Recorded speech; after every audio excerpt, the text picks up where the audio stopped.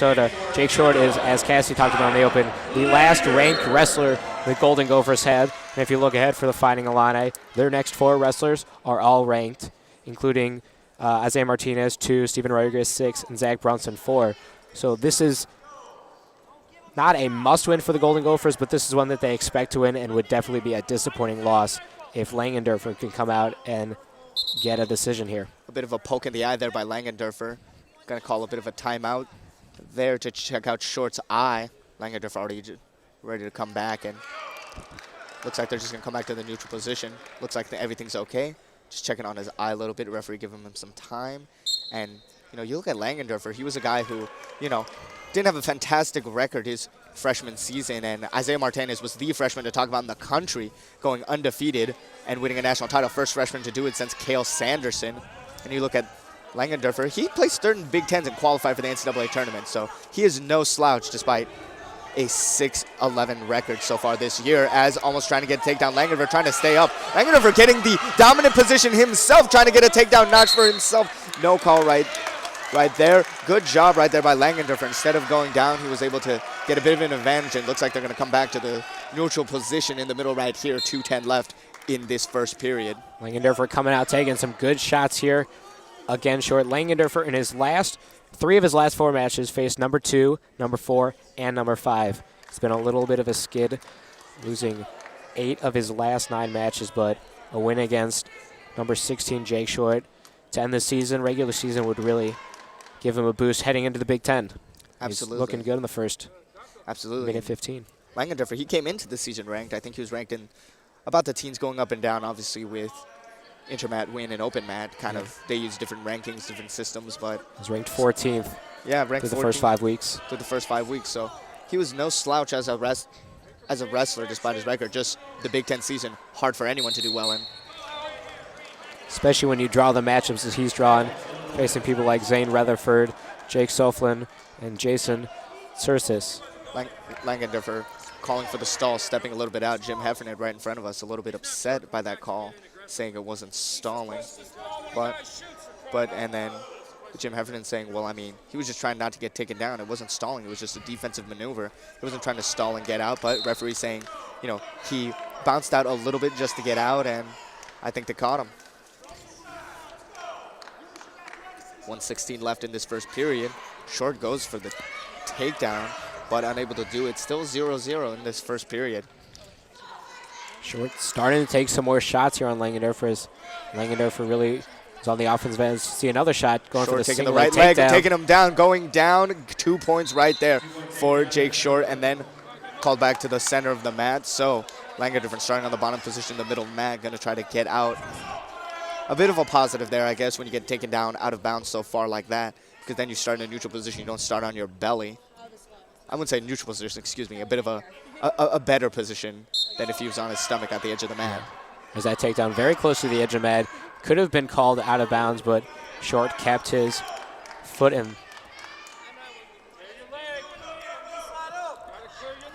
And then we'll have a replay right here of that takedown. Another good move by Jake Short. Just keep pushing, and one thing you got to do in wrestling is when someone has their leg up, you just got to keep pushing because they're already off balance. It's like when a table loses its leg, it may inevitably fall down, but if you push it over, it's going to happen much quicker, and Short was able to do that right there, and building up riding time, about 33 seconds of riding time, and counting for Jake Short, trying to take him down, pushes him down. Langendorfer on his belly again for a second, trying to get back up quickly. It's a strong move there by Short to slam back Langendorfer to the ground as we head to under 10 seconds. Short trying to get that riding time up to near a minute as we end the first period. Yeah, wrapped around Langendorfer. That's the end of the first period. Seems like there was a lot of action, a bit of an injury, a stalling call, a little bit of a controversial stalling call. And then you see the replay right here of the takedown by Short. You'll see it right here. Just a lot of power, a lot of movement right here. And we're going to have Langender start in the bottom position. 57 seconds of riding time after the first period for Jake Short. So looking good for the Golden Gophers right now. Short starting in the offensive position, trying to keep building up his riding time as it heads over a minute, about 1:08 now currently. Langendorfer spread out a little bit right now, trying to get up, get his balance, cut this lead to 1, and then build some riding time of his own, hopefully if he gets a takedown. But wrapping back around is short, keeping control of Langender. Langender not doing much. He doesn't want to get called for stalling again right here after that bit of a controversial stalling call. They said he jumped out a little bit too quickly.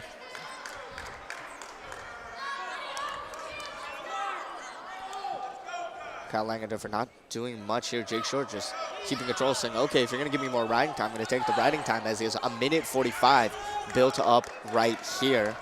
And then a stalling call, a bit right there, a warning. And then you get 1 point right there, so 3-0 lead for Jake Short. And he's going to try to extend this lead for Minnesota as things get difficult. Langender flips out right there, but 1 point for Langender. Now he's just down 2. Going to try to get something. Well, it seems like another call on Langender for another stalling call, saying, hey, can't be doing that. So 1 point right there for Kyle Langender. Langender looks visibly frustrated with the refereeing, as obviously that controversial stalling call in that first period. And again, a couple of points awarded here short, which Langender visibly frustrated, seeing if he can come back as he goes for a shot here. Langender not able to call him out. Going to get a challenge here. Yeah, like you said, challenge right here by Jim Heffernan. Came up right to his grab. The green strap, waved around. So we're going to be looking at the challenge right here. And it seems like the referees, or at least the Illinois coaching staff, thinks that Langender kind of playing against them. Both wrestlers getting a little bit of rest. They're looking at the replay right over there. We can see it a little bit from our position right here on the score table here in Huff Hall. Oh, trying to see if that was a takedown right there on the edge, because before they went out of bounds. Absolutely, and you know, Heffernan calling it right there.